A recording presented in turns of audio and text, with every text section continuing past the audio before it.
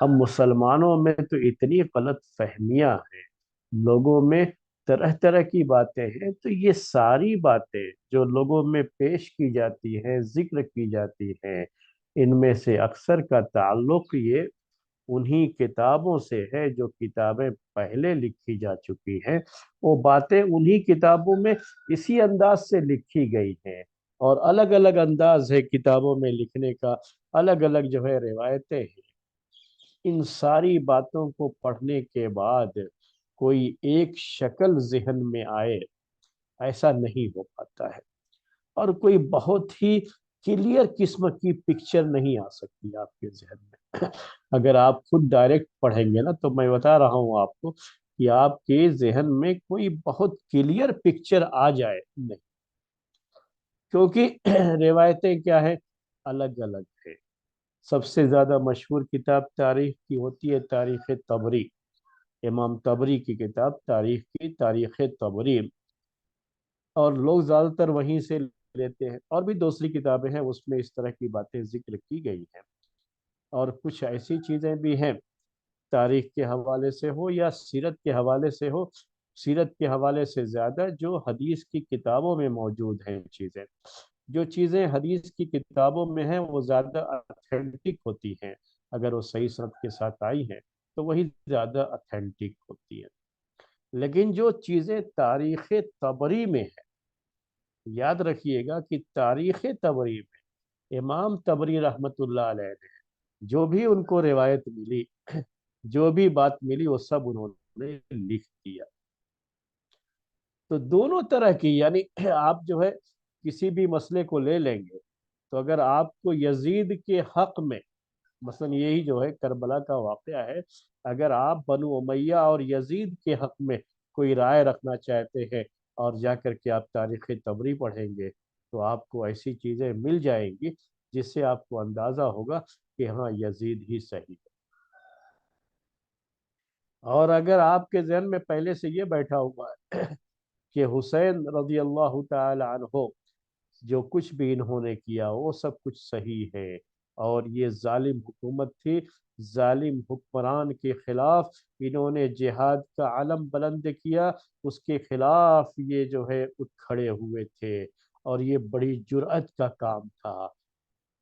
اور یہ ضروری تھا، اور انہوں نے اس کے لیے جو حالات بدل رہے تھے اس وقت، اور جس انداز سے حکومت چلائی جا رہی تھی، وہ حکومت صحیح اسلامی نہج پر قائم نہیں تھی، اور اسی وجہ سے اس کے خلاف یہ اٹھ کھڑے ہوئے تھے، اور اللہ کے دین کے لیے، اللہ کی شریعت کے لیے انہوں نے تلوار اٹھائی۔ جو بھی اس طرح کی رائے پہلے سے ذہن میں رکھتے ہوں، اور اس کے بعد وہ جو ہے یہ کتاب پڑھنا شروع کریں گے، تاریخ کی کتابیں پڑھنا شروع کریں گے، تو ان کو یہی باتیں ملیں گی، کیونکہ اس طرح کی ساری باتیں موجود ہیں کتاب، اور ان روایتوں کو پڑھ کر کے کوئی بھی، میں نے آپ سے پہلے کہا یہ کہ بہت کلیئر انداز سے کوئی بھی پکچر سامنے نہیں آتی، اور ساری روایتیں کتابوں میں، تاریخ کی انہیں کتابوں میں موجود۔ اب آدمی جو رائے رکھنا چاہتا ہے، وہ جو رائے رکھتا ہے، وہ کیا دیکھتا ہے اس کے اندر، یہ دیکھتا ہے کہ اس کی جو ذہن میں جو چیز ہے، اس کے موافق جو چیز ملتی ہے اس کو وہ لے لیتا ہے، اور یہی بعد میں آنے والے لوگوں نے یہی کیا ہے، جو اردو کی، انگلش کی یا دوسری زبانوں کی جو آج کے دور کی لکھی گئی کتابیں ہیں، ان کا حال یہی ہے۔ اکثر لوگ جو ہے ان کتابوں کے لکھنے والوں کو برا بھلا کہتے ہیں، حالانکہ یہ غلط چیز ہوتی ہے، کیونکہ انہوں نے خود اپنی طرف سے کچھ نہیں لکھا ہوا ہوتا ہے، انہوں نے وہی تاریخ کی کتابوں سے ہی سب لیا ہوا ہے، اور باقاعدہ ان کی کتابوں میں وہ حوالے موجود ہیں جہاں سے انہوں نے لیا ہے یہ باتیں۔ تو اصل کمی کیا ہے کہ تاریخ کی کتابیں جو لکھی گئی ہیں، ان کے تعلق سے کچھ باتیں ہیں جو ہم کو اپنے ذہن میں رکھنی چاہیے۔ پہلی بات یہ ہے کہ تاریخ کی یہ کتابیں لکھی گئی ہیں عباسی دور خلافت میں، یعنی بنو امیہ کا یہ دور ختم ہو جاتا ہے بعد میں، بہت لمبی مدت تک انہوں نے حکومت نہیں کی ہے، بہت کم مدت رہی ہے ان کی۔ میں آپ کو بتا دیتا ہوں کہ کب تک ان کی حکومت رہی ہے۔ 132 ہجری، ہجرت کے 132 ہجری، یہی آخری سال ہے ان کا حکومت کا۔ اس کے بعد عباسی دور حکومت آ جاتا ہے، یعنی عباسی پیریڈ آ جاتا ہے اسلامی خلافت کو لے کر کے۔ تو اب جو ہے 132، اس میں سے 10 سال تو ہجرت کے بعد اللہ کے رسول صلی اللہ علیہ وسلم کی زندگی رہی ہے، اس کو آپ نکال دیجئے۔ تو اللہ کے رسول صلی اللہ علیہ وسلم کی وفات کے بعد کتنے سال ہوئے یہ؟ 122۔ اس کے بعد 40 سال تک تو خلافت راشدہ رہی ہے، 30 سال تک، یعنی آپ کی وفات کے بعد 30 سال تک۔ تو اب پہلے کا 10 سال اور یہ 30 سال ملائیں گے تو 40 سال۔ تو 132 میں سے آپ 40 ایئر نکال دیں گے تو آپ کے سامنے کتنا بچا؟ یہ آپ سمجھ سکتے ہیں، 192، 92، میں نے 1 کہہ دیا غلطی سے، 92 ایئرس۔ تو امیر معاویہ رضی اللہ تعالیٰ عنہ کی خلافت کا دور اس میں سے 20 سال ہے، 20 سال 92 میں سے۔ تو ان کو بھی نکال دیجئے تو اب بچا کتنا ان کے بعد؟ 72 ایئرس۔ تو معاویہ رضی اللہ تعالی عنہ کے انتقال کے بعد 72 ایئرس، یہی جو ہے سال ہے بنو امیہ کی حکومت کے اور ان کی خلافت کے، بس پھر عباسی حکومت آ جاتی۔ اور تاریخ کی جو یہ کتابیں لکھی گئی ہیں یہ اسی دور میں لکھی گئی، اور مشکل یہ تھی اس دور کی کہ تاریخ کے اس دور میں بنو عباسی جو ہے اور عباسی خلفاء کے اس دور میں لکھی گئی کتابیں، یہ معاویہ رضی اللہ تعالی عنہ یا بنو امیہ، ان کے خلاف باتیں زیادہ لکھی گئی ہیں۔ کیوں زیادہ لکھی گئی ہیں؟ کیونکہ عباسی حکومت بنو امیہ کی حکومت کو ختم کر کے قائم ہوئی تھی، تو یہ حکومت اصل میں بنو امیہ کی دشمنی پر ہی قائم کی گئی۔ اور آج جب آپ تاریخ کی کتابیں پڑھیں گے تو بہت ہی کلیئر کٹ انداز میں یہ باتیں ہیں کہ انہوں نے جب ان کی حکومت آئی عباسی حکومت، تو انہوں نے بنو امیہ پر بہت ظلم اٹھائے ہیں۔ اتنا ظلم ہوا ہے، اتنے لوگوں کو قتل کیا گیا ہے کہ آپ تصور نہیں کر سکتے، اس وقت اتنے لوگوں کو قتل کیا گیا ہے۔ تو یہ سب تاریخ کی وہ حقیقتیں ہیں جن کا جاننا بہت ضروری ہے ہمیں۔ جب ہم یہ واقعات پڑھتے ہیں نا تو ہم چونکہ داخل ہونا چاہتے ہیں پہلے واقعے میں جو امت میں بہت زیادہ مشہور ہے، کربلا کا یہ واقعہ، اب یہی واقعہ ہے اصل میں، اسی کو بیان کرنا ہے۔ تو اس سے پہلے ہم چاہتے ہیں کہ کچھ حقائق ہے، کچھ جو ہے ایسی باتیں ہیں ہمارے ذہن میں پہلے ہونی چاہیے۔ تو میں نے آپ سے کہا کہ اسی دور میں یہ کتاب ہے، اور دشمنی چونکہ بنو امیہ سے رہی ہے خلافت کی، تو کتابیں لکھنے والوں میں کہیں نہ کہیں اس کا بھی اثر رہا ہے، اور اس طرح کی روایتیں بڑی کثرت سے ان کے خلاف پھیلائی گئی۔ اس میں اس بات کا بھی جو ہے ایک اہم رول رہا ہے کہ جو شیعان علی تھے، جنہیں بعد میں شیعہ کا لفظ جن کے لیے استعمال کیا گیا اور باقاعدہ یہ فرقے کی شکل اختیار کر لیا، نہیں تو پہلے یہ لفظ استعمال کیا گیا تھا شیعان علی، اس کا مطلب ہوتا تھا کہ علی رضی اللہ تعالی عنہ کے چاہنے والے اور ان کے مددگار، یعنی جب جنگیں ہوئی تھیں تو ان جنگوں کے موقع پر جنہوں نے بھی علی رضی اللہ تعالی عنہ کا ساتھ دیا، ان کی وفات کے بعد ان کے بیٹوں کا ساتھ دیا، یہ شیعان علی،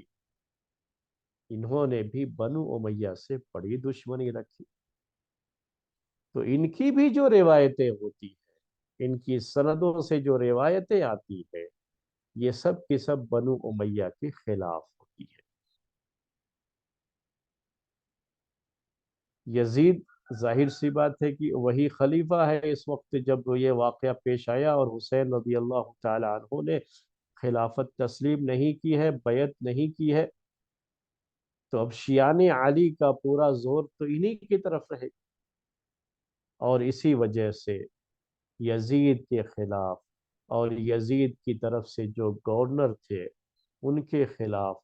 یا جن کو بھی انہوں نے متعین کیا یا جنہوں نے بھی ان کی حکومت کا ساتھ دیا، سب کے خلاف ایسی زہر میں ملی ہوئی باتیں لکھی گئی ہیں۔ اور وہی باتیں آج آپ جب محرم کا مہینہ آتا ہے تو کربلا کے واقعے کے بیان میں آپ سنتے رہتے ہیں، لوگ بیان کرتے رہتے ہیں۔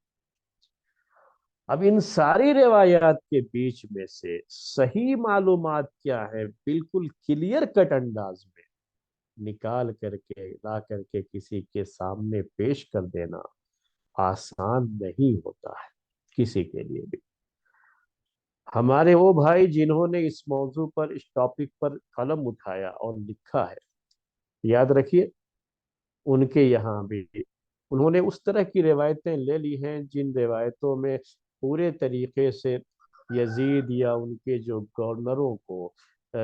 جو ہے کلین چٹ دے دی گئی ہو، جس انداز کی جو اس طرح کی روایتیں ہیں، ان کا زور پورے طریقے سے انہی روایتوں پر ہے۔ لیکن بعض تاریخی حقائق کو انہوں نے بھی نظر انداز کیا ہے، اس پہ ہر ایک کے تعلق سے یہ باتیں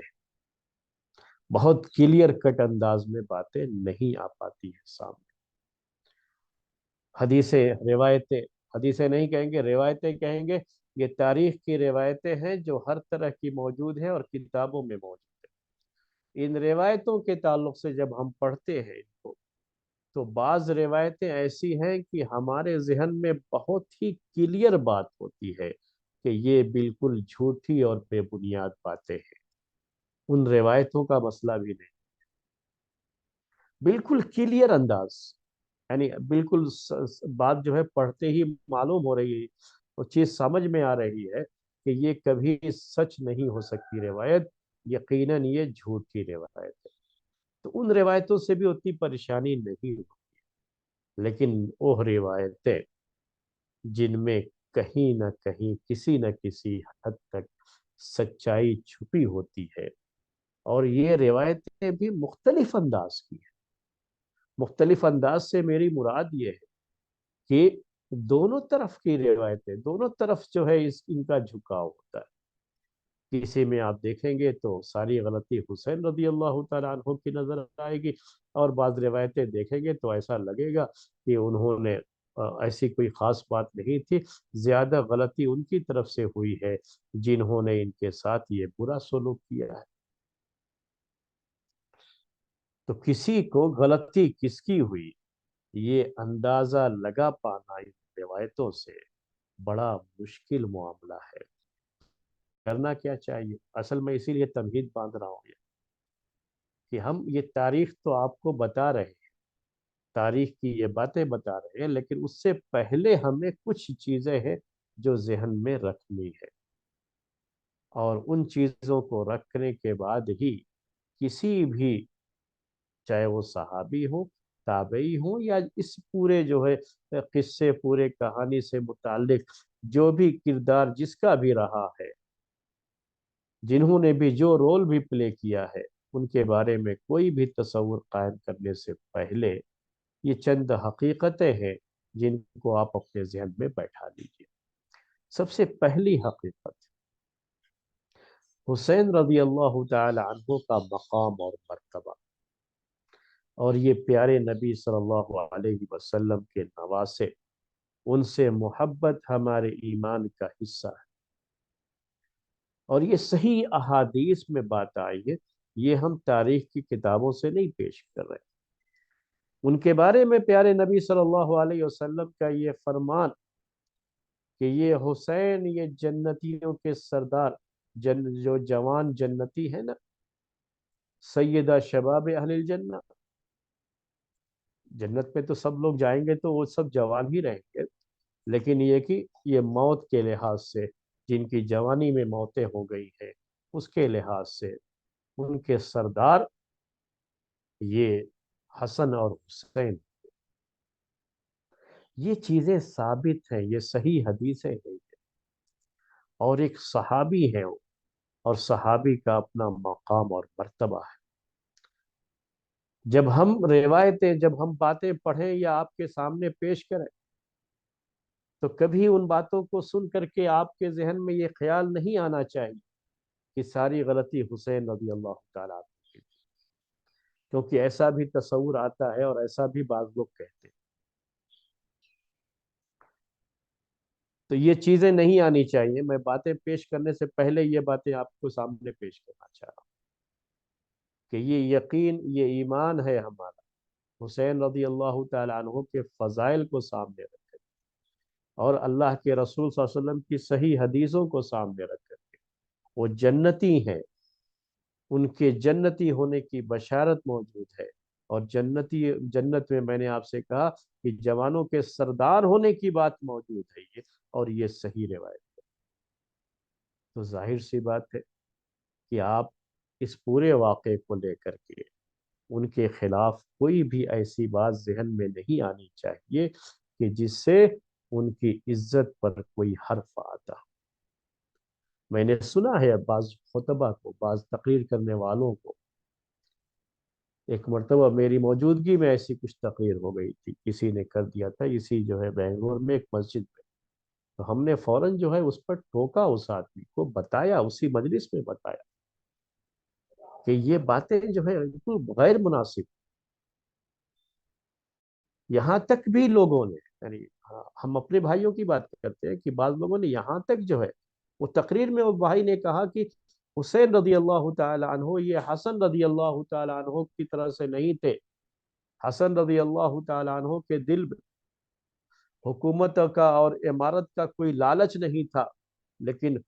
حسین رضی اللہ تعالی عنہ کے دل میں اس طرح کی لالچ تھی، اور اسی وجہ سے ان کی خواہش یہ تھی کہ یہ خلیفہ بنے، اور اسی وجہ سے انہوں نے یہ سارا جو ہے یزید کے خلاف یہ مورچہ بنایا، اور انہی کے اس کام کی وجہ سے ہی کتنے لوگوں کی جانیں گئی. تو اس طرح کی باتیں لوگ کر دیتے ہیں،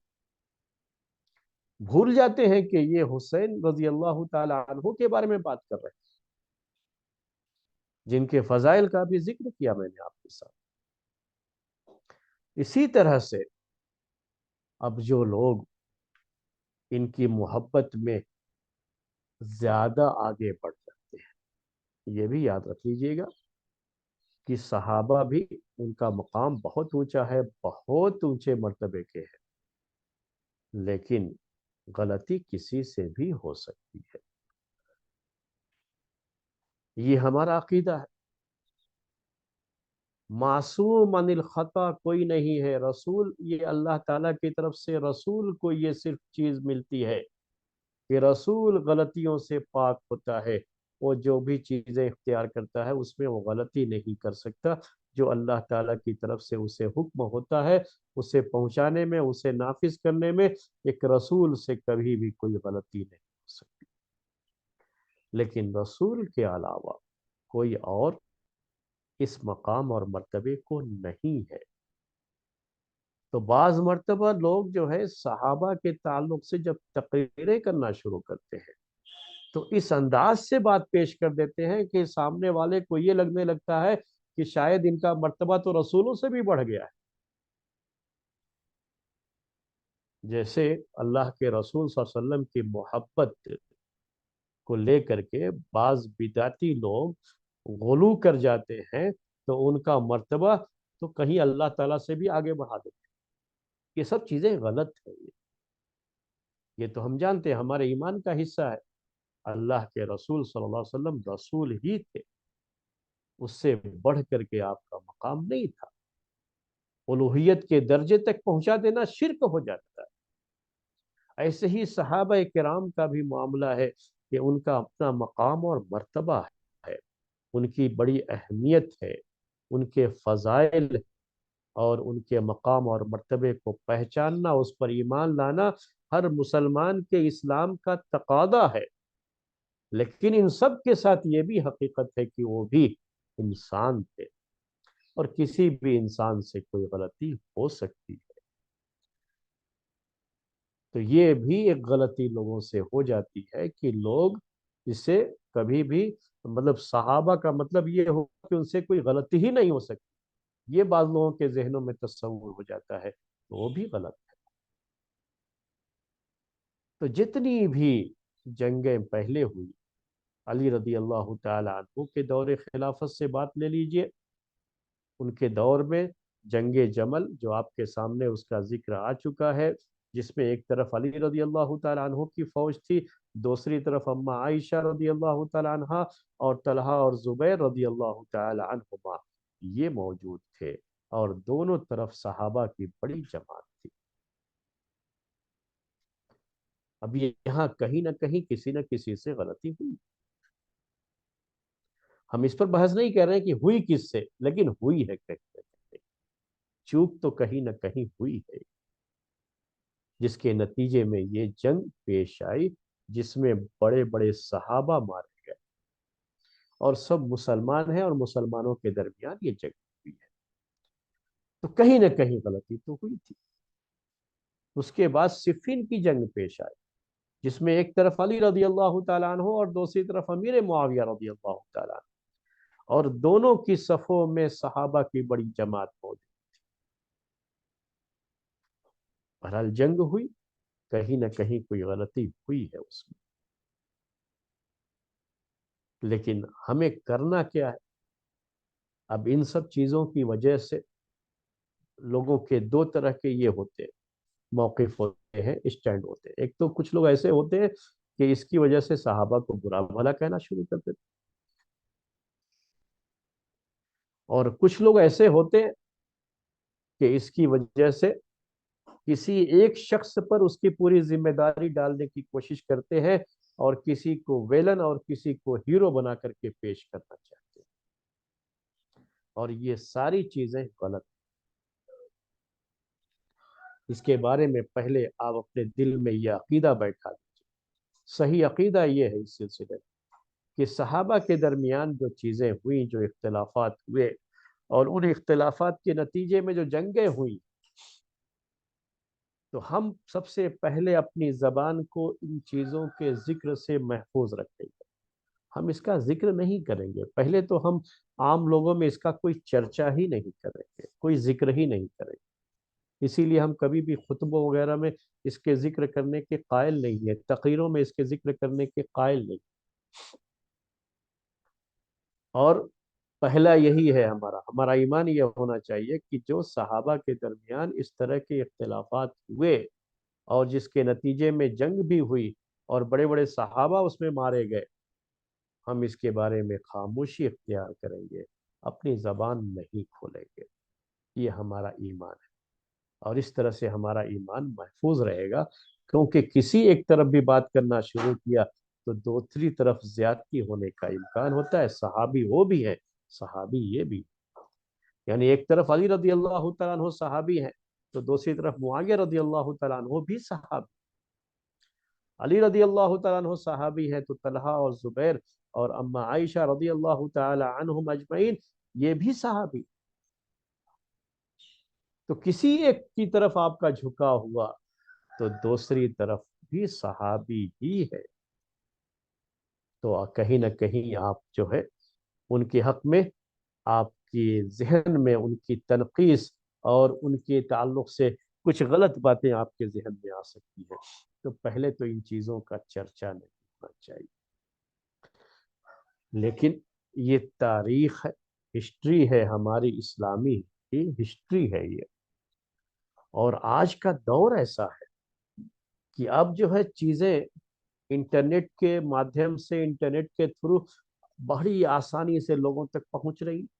اور ہر زبان میں ترجمے ہوتے ہیں، اور لوگوں تک باتیں پہنچتی ہیں، تو کوئی بھی شخص ایسا نہیں ہوتا ہے جس تک یہ باتیں نہ پہنچے۔ تو اب اگر آپ کو غلط طریقوں سے یہ باتیں پہنچیں گی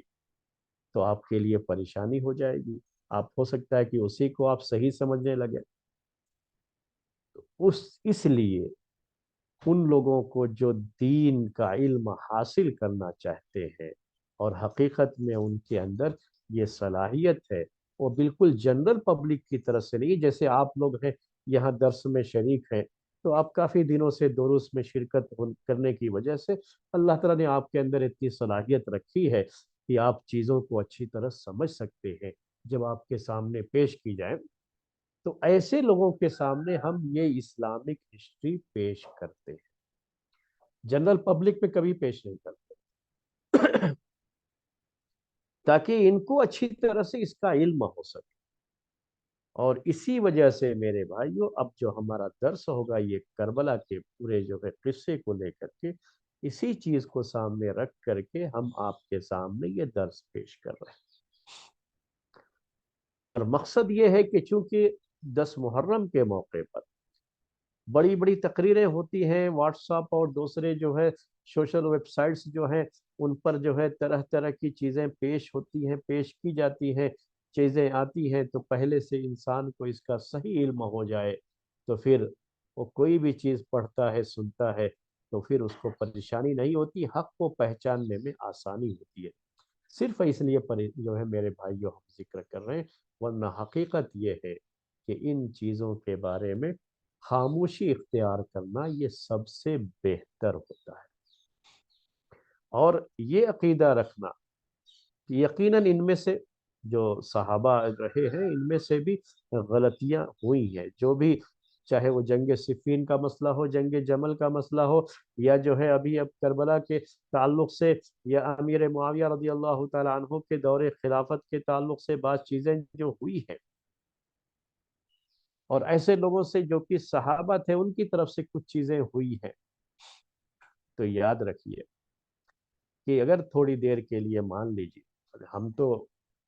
اس پوزیشن میں نہیں ہے کہ ہم کسی کو مورد الزام ٹھہرائیں، یا ہم کسی کو لا کر کے کٹ گھرے میں کھڑا کر دیں جج کے سامنے اور ہم جج بن کر کے ان کے بارے میں فیصلہ کریں۔ ہم اس پوزیشن میں تو نہیں، اور نہ ہمیں اس کا حق ہے، لیکن اتنا ضرور ہے کہ کہیں نہ کہیں غلطی ہوئی ہے، چوک ہوئی ہے، اس کے ہم انکار بھی نہیں کر سکتے، کیونکہ بغیر کسی غلطی اور چوک کے اتنے سارے لوگوں کی جانیں چلی گئی، اور ہم کسی کو بھی یہ نہ سمجھے کہ کہیں سے غلطی اس میں ہوئی ہے تو یہ بھی غلط ہوگا۔ تو عقیدہ کیا ہے ہمارا اس سلسلے میں؟ عقیدہ ہمارا یہ ہے کہ ان میں سے بعض سے چوک ہوئی ہے، اس میں غلطی ہوئی ہے، انہوں نے جیسا سمجھا شاید ان کے سمجھ میں کہیں نہ کہیں غلطی ان سے ہو گئی ہے، اسی کو کہتے ہیں اجتہاد میں غلطی ہو گئی، انہوں نے اجتہاد کیا ان کی جو سمجھ تھی اس کے لحاظ سے، لیکن کہیں نہ کہیں ان کے اجتہاد میں غلطی ہوئی ہے، لیکن اس غلطی کی وجہ سے آپ ان کو برا بھلا نہیں کہہ سکتے۔ یہ کہنے کے بعد آپ ان کو برا بھلا نہیں کہہ سکتے کہ ان کی غلطی کی وجہ سے ہی یہ سارا کچھ ہو گیا، فلاں کی غلطی کی وجہ سے یہ سارا کچھ ہو گیا، نہیں۔ غلطی کسی سے ہوئی ہے، کس سے ہوئی ہے، اس کو بہت زیادہ ہائی لائٹ کرنے کی ضرورت نہیں ہوتی ہے کہ کس سے ہوئی ہے۔ بہرحال یہ میں صحابہ کرام کی بات کر رہا ہوں ابھی، لیکن ہمیں ان سب کے باوجود بھی ہمارا یہ یقین ہے کہ اللہ تعالیٰ ان سے راضی ہے، ہمارا یہ ایمان ہے، تو ان کی جو یہ غلطی ہے جو ان سے ہو گئی ہے، یہ غلطی ان کی ان نیکیوں کے مقابلے میں بہت تھوڑی ہے جو نیکیاں انہوں نے کی ہے۔ تو کہتے ہیں حسنات اور سیئات، عربی میں حسنات یہ نیکیوں کا پلڑا، اور سیئات اس میں جہاں ان کی بعض کوتاہیاں یا غلطیاں یا بعض کمیاں جو ہے، جو بھی آپ کہہ لیجئے، جو بھی لفظ استعمال کر لیجئے، اگر ان کو آپ ایک طرف رکھیں تو ان کی جو نیکیاں ہیں نا، وہ نیکیاں بہت زیادہ ہیں، اور یہ بہت تھوڑے ہیں ان کے مقابلے میں۔ تو آپ کسی کی کوئی غلطی آپ کو لگتا ہے کہ یہاں غلطی ان سے ہوئی ہے، اگر ایسا کہیں لگ جائے، پہلے تو ہمیں یہ حق نہیں ہے کہ ہم خواہ کسی غلطی کسی کے بارے میں خود جو ہے یہ کہنا شروع کریں کہ غلطی ان کی تھی، بالکل جو ہے یقین کے ساتھ یہ کہنا شروع کریں، یہ نہیں ہے۔ ہم یقین کے ساتھ نہیں کہہ سکتے، ہاں غلطی ان سے ہو سکتا ہے کہ اس میں ان سے کہیں چوک ہوئی ہے، کہیں غلطی ہوئی ہے۔ تو ایک تو وہ ان کا اجتہاد تھا، ان کے اجتہاد کے لحاظ سے ان سے غلطی ہوئی۔ تو اولاً تو شریعت میں، اسلامی شریعت میں، اگر کوئی شخص اجتہاد کے مرتبے کو پہنچا ہوا ہے اور اس سے کوئی غلطی اجتہادی انداز سے ہو جاتی ہے، تو اللہ تعالیٰ کے یہاں اس کو اس پر بھی ایک اجر ملتا ہے، یہ اس کے گناہ میں شمار نہیں ہوتا ہے۔ لیکن ہم آپ سے کہہ رہے ہیں کہ اگر آپ غلطی تھوڑی دیر کے لیے مان بھی لیں ان کی، تو اس کے مقابلے میں ان کی جو نیکیاں ہیں وہ اتنی زیادہ ہیں کہ یہ سب جو ہے معمولی چیزیں اس کے اندر چھپ جاتی ہیں، اور چھپ جانی چاہیے۔ اور آپ کے دل میں ان صحابہ کے تعلق سے کسی طرح کی کوئی کدورت یا کوئی غلط چیز یا نفرت کا کوئی جذبہ یہ نہیں آنا چاہیے، بلکہ آپ کی محبت یہ تاریخ پڑھنے کے بعد بھی ویسے ہی باقی رہنی چاہیے جیسے پہلے سے آپ کے دلوں میں ان کی محبت موجود ہے۔ اس کے بعد اب یہ معاملہ جو ہوا، ہم نے آپ سے کہا حسین رضی اللہ تعالیٰ عنہ نے بیعت نہیں کی، عبداللہ بن زبیر رضی اللہ تعالیٰ عنہما نے بھی بیعت نہیں کی، مکہ چلے گئے یہ دونوں۔ لیکن حسین رضی اللہ تعالیٰ عنہ مکے میں خاموش نہیں بیٹھے۔ یہ بھی ہم کہاں سے یہ باتیں لے رہے ہیں؟ یہ بھی تاریخ کی کتابوں ہی میں موجود ہے۔ اس لیے میں پہلے ہی کہہ چکا ہوں کہ تاریخ کی ان کتابوں پر ہمارا بہت زیادہ بھروسہ نہیں ہے، اسی لیے اپنے بھائیوں سے یہ بات بھی کہتا ہوں، نوٹ کر لیجئے یہ سب باتیں، کہ جو باتیں حدیث کی کتابوں میں نہیں ہیں، تو چاہے کسی صحابی یا کسی تابعی کے تعلق سے کوئی بات کہی گئی ہو دینی مسئلے کو لے کر کے، تو آپ دینی مسئلے میں اس سے دلیل کے طور پر پیش کرنا شروع کر دیتے ہیں کہ نہیں ایسا ہوا، فلاں کے دور میں ایسا ہوا۔ اگر وہ صرف تاریخ کی کتابوں میں ہے میرے بھائیوں، اور اس کی کوئی صحیح سند نہیں ہے، تو اس کو دلیل کے طور پر کبھی پیش نہیں کر سکتے۔ تو یہ تاریخ کی کتابوں میں ہے۔ جو سب سے پہلی کتاب ہے تاریخ طبری، جو اس میں اس سے پہلے بھی کچھ چیزیں لکھی گئی ہیں، لیکن باضابطہ طور پر جو بہت مشہور ہوئی کتاب تاریخ اور بڑی تفصیل کے ساتھ اس میں اسلامک ہسٹری لکھی ہوئی ہے، وہ تاریخ طبری ہے۔ تو اس میں یہ روایتیں موجود ہیں کہ حسین رضی اللہ تعالی عنہ مکہ چلے گئے،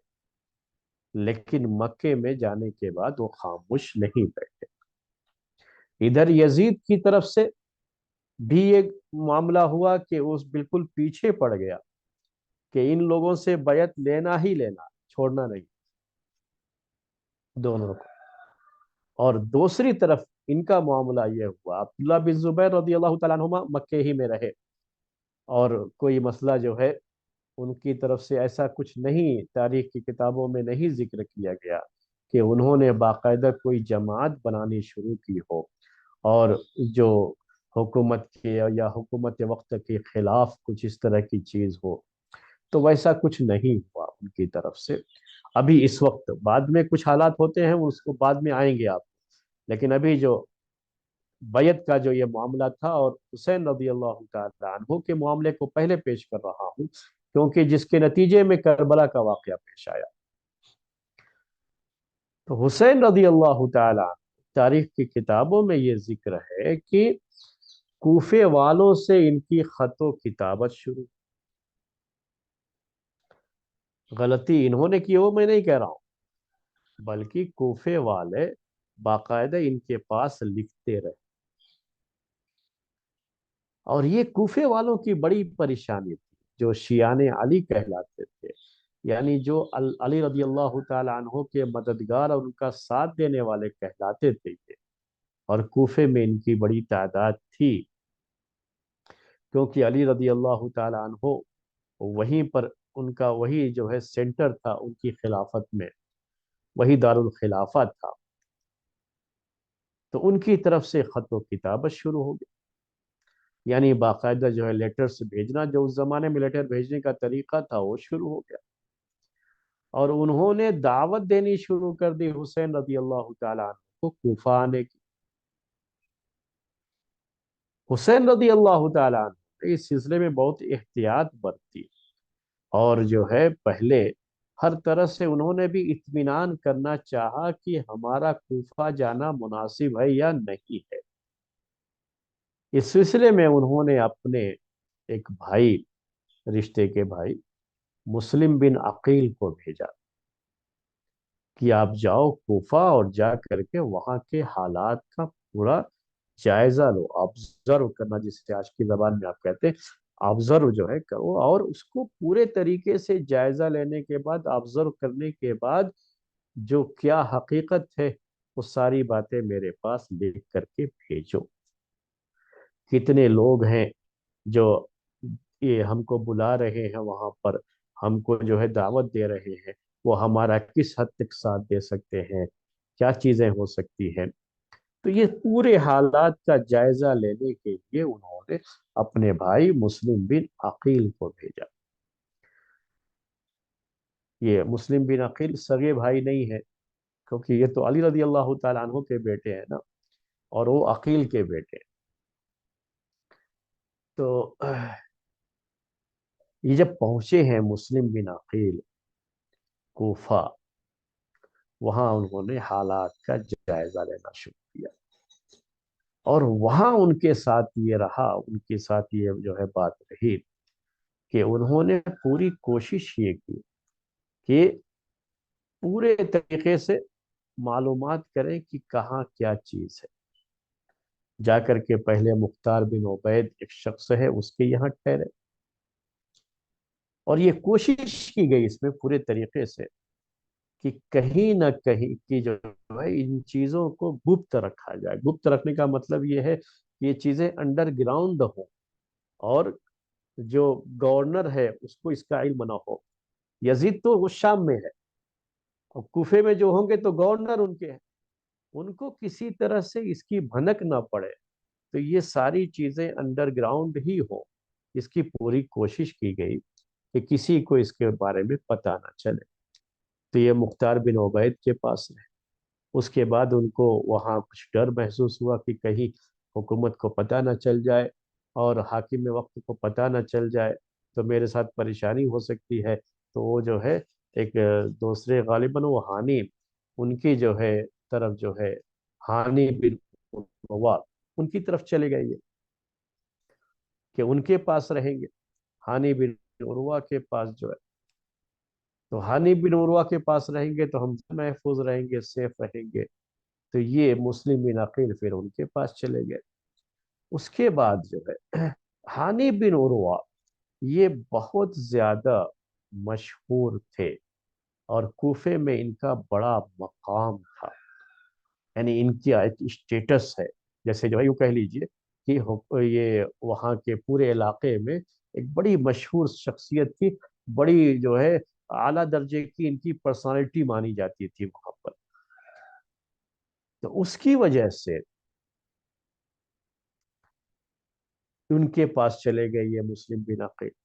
اور وہاں کے حالات کا جائزہ لینا ہے۔ تو سب کون کون لوگ کس کام کے لیے تیار ہیں، کیا کیا چاہتے ہیں، کیا چیزیں ہیں، وہ سب جو ہے ساری چیزوں کو نوٹ کر کے ان کو بھیجنا ہے حسین رضی اللہ تعالیٰ عنہ کو۔ اب جو ہے ہانی بن عروہ کے تعلق سے شک ہو گیا کوفے کے گورنر کو۔ یہاں ایک بات اور بھی تھوڑی سی کلیئر کر دوں آپ کے سامنے کہ پہلے گورنر اس وقت نعمان ابن بشیر تھے، غالباً وہی صحابی ہے وہ یہاں پہ کوفے کے گورنر تھے وہ، لیکن انہوں نے ان لوگوں کے خلاف زیادہ سختی نہیں کی، جن کے بارے میں انہیں پتہ لگا کہ یہ لوگ یزید کی خلافت کے تعلق سے اندر اندر کچھ لوگوں میں بے چینی بڑھا رہے ہیں، یا اس کے خلاف کچھ سازشیں چل رہی ہے۔ تو جو بھی اس طرح کے لوگ رہے ان کے ساتھ انہوں نے سختی سے کام نہیں لیا، بلکہ وہ بڑی نرمی سے پیش آتے رہے ان کے ساتھ۔ اس کا علم ہو گیا یزید کو، یزید جو کہ شام میں ہے، اس کو علم ہو گیا کہ ہمارے جو گورنر ہیں وہاں کوفے میں یہ ذرا بڑی نرمی سے کام لے رہے ہیں، اور اگر ایسے ہی معاملہ رہا تو ابھی جو چنگاری ہے یہ حکومت کے خلاف لوگوں کو بھڑکانے کی جو چنگاری ہے، اگر پوری شعلہ بن کر کے آتش فشاں پہاڑ بن کر کے پھٹ گئی تو پھر تو سب کو جلا کر کے رکھ دے گی۔ تو کسی بھی چیز کو اگر کوئی چیز نظر آتی ہے نا، اختلاف کی یا کوئی اس طرح کی باتیں، تو اس کو بالکل اسی وقت ختم کرنا ہوتا ہے جب وہ چیز ظاہر ہوتی ہے۔ تو یہ مسئلہ تھا، اس کی وجہ سے اس نے کیا یہ کہ یزید نے، کہ جو اس کا گورنر تھا وہاں پہ، یعنی بلکہ ہم وہ صحابی تھے، ان کے جو گورنر تھے ان کو ہٹا دیا، اور عبید اللہ بن زیاد جو کہ زیاد کا بیٹا ہے، زیاد بھی اپنی سختی کے لیے بہت مشہور تھا، اور اس سے بڑا جو ہے عبید اللہ بن زیاد، یہ تو بڑا سخت آدمی تھا عبید اللہ بن زیاد، اور بڑا سخت قسم کا گورنر تھا۔ یہ کوئی صحابی وغیرہ نہیں ہے، تو جو ہے تابعی کے درجے میں آتا ہے۔ جیسے یزید تابعی ہے، ویسے ہی جو ہے عبید اللہ بن زیاد بھی کیا ہے، یہ تابعی ہے۔ اب یہ معاملہ ہوا کہ جب ہٹا دیا یزید نے وہاں سے گورنر کو، نعمان ابن بشیر کو، اور عبید اللہ بن زیاد جو پہلے سے بصرہ کا گورنر تھا یہ آدمی، اسی کو کوفے کی گورنری بھی دے دی، کوفے کی گورنری بھی دے دی۔ تو کوفے کا گورنر اب کون ہو گیا ہے؟ عبید اللہ بن زیاد، اور یہ آدمی بڑا سخت تھا، اور ایک ایک چیز کے اوپر نظر رکھنے والا۔ تو عبید اللہ بن زیاد چونکہ اب گورنر ہے، اس کے بارے میں یہ بھی ہے کہ جب اس کو بصرہ سے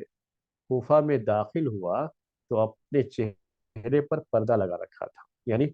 آج کل جیسے تو اب یہ چیزیں بڑی عام ہو گئی ہے نا کرونا کی بیماری کے بعد، کہ ہر آدمی جو ہے اپنے چہرے کو چھپائے رہتا ہے۔ ابھی بھی بہت سارے لوگ جو ہے ماسک لگا کر کے ہی گھومتے رہتے ہیں۔ تو میں آپ سے یہ کہہ رہا تھا کہ ایسا جو ہے چہرے سے ظاہر نہیں ہوا کہ یہ عبید اللہ بن زیاد ہے۔ تو بعض لوگوں نے، اس میں بھی ایسا ہوا کہ بعض لوگوں نے سمجھا کہ یہ شاید وہ آدمی ہے جن کو یہ لوگ تیار کر رہے ہیں حکومت کے خلاف، تو مرحبا اور باقاعدہ ویلکم کرنا شروع کر دیا، اور انہوں نے اپنی شخصیت کو پہلے چھپایا،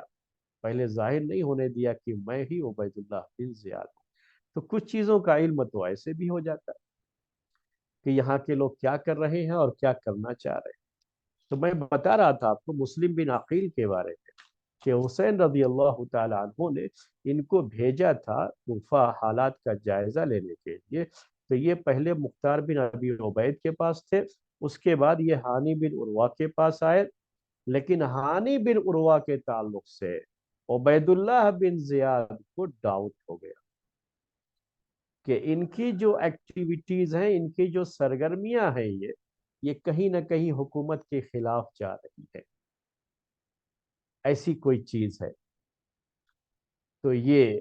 اس کے ذہن میں جب یہ بات آ گئی، یہ چیز آ گئی، تو اب ہانی بن عروہ، ظاہر سی بات ہے کہ اب یہ حکومت کی نگاہ میں آ گئے۔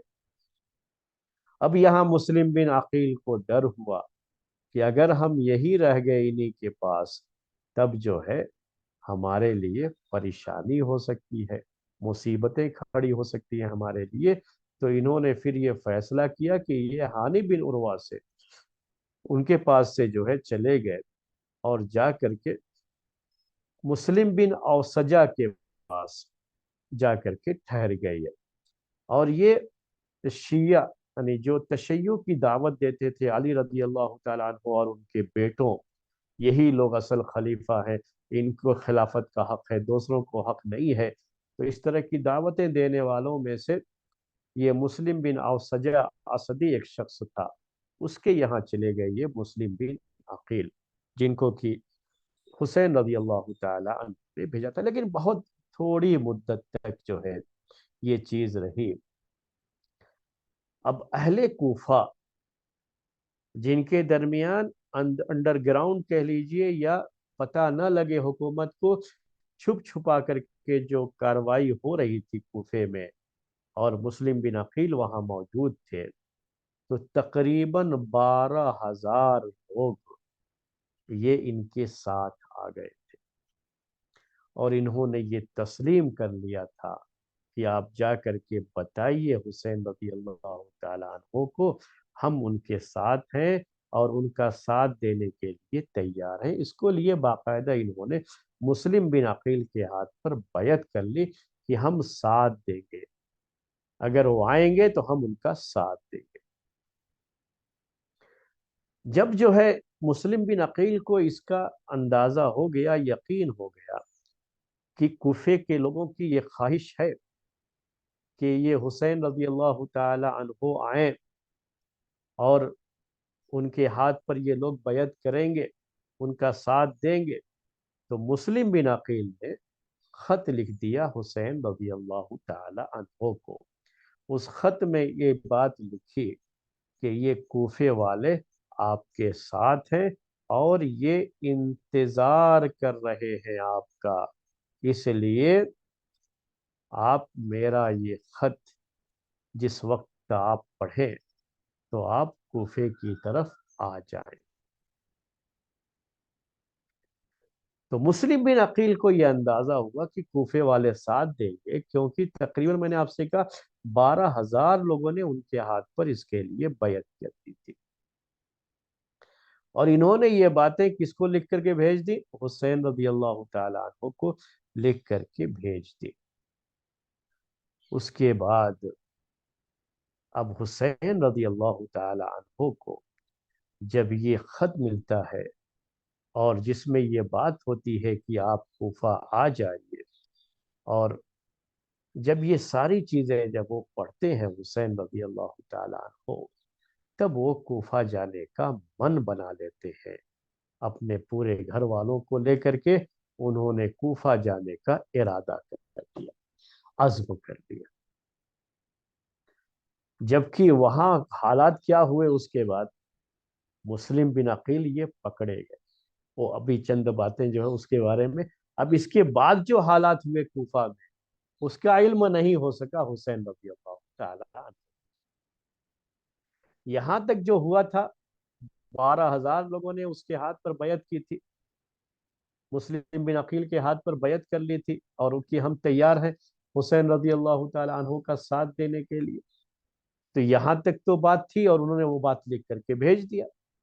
اور وہ کوئی موبائل کا دور تو نہیں تھا کہ اس کے بعد جو حالات ہوئے فوری طور پر جو ہے اس کا بھی جو ہے اس کے بارے میں وہ جو چیزیں ہوئی، جو چینجنگ ہوئی، جو پریشانیاں ہوئی، وہ فوری طور پر حسین رضی اللہ تعالیٰ عنہ کو بتا دی جاتی۔ تو ایسا کچھ نظام تو نہیں تھا نا اس زمانے میں۔ مسلم بن عقیل کے تعلق سے معلوم ہو گیا عبید اللہ بن زیاد کو، اور یہ پوری کاروائی جو انہوں نے کی تھی یہ سب اس کو پتہ لگ گئی۔ تو اب مسلم بن عقیل کے گرد گھیرا تنگ ہوتا ہے۔ اب ان کی گرفتاری اور جو معاملات ہوتے ہیں وہاں پر کوفے میں جو حالات ہوتے ہیں، اور ادھر حسین رضی اللہ تعالیٰ عنہ نے جو کوفہ آنے کا ارادہ بنا دیا تھا، من بنا لیا تھا، اس کے بارے میں تو یہ باتیں جو ہے انشاءاللہ پھر آئندہ درس میں، آئندہ ہفتے درس میں باتیں آپ کے سامنے آئیں گی۔ اسی ترتیب سے آپ باتوں کو ذہن میں رکھیے گا۔ تو میں نے چند باتیں آپ کے سامنے آج کے درس میں رکھی ہیں۔ وقت تھوڑا 10 منٹ زیادہ ہوا، اس کی وجہ یہ ہوئی ہے کہ آج تفسیر کا درس اصل نہیں ہے، تو اسی لیے شاید آپ کے دل میں کہیں یہ رہا ہو کہ وقت ہو گیا ہے اور شیخ ختم نہیں کر رہے ہیں۔ تو میں آپ کو بتا دے رہا ہوں کہ آج ہمارے بھائی وہ نہیں ہے، شاید ان کا میسج آیا مجھے کہ ان کے بچے کی شاید طبیعت خراب ہے یا کچھ ہے، وہ ہاسپٹل جو ہے گئے ہوئے تھے، تو اس کی وجہ سے آج وہ تفسیر کا درس نہیں ہے، تزکیہ کی جو کلاس ہوتی تھی آج وہ کلاس نہیں ہے۔ تو اب اس کے بعد ہماری عربی کی ہی کلاس ہے، تو ہم نے اسی لیے اس درس کو تھوڑا لمبا کر دیا تھا۔ اسی پر آج کا یہ درس ختم کرتے ہیں۔ سبحانک اللہم و بحمدک، اشہد ان لا الہ الا انت، استغفرک و اتوب الیک۔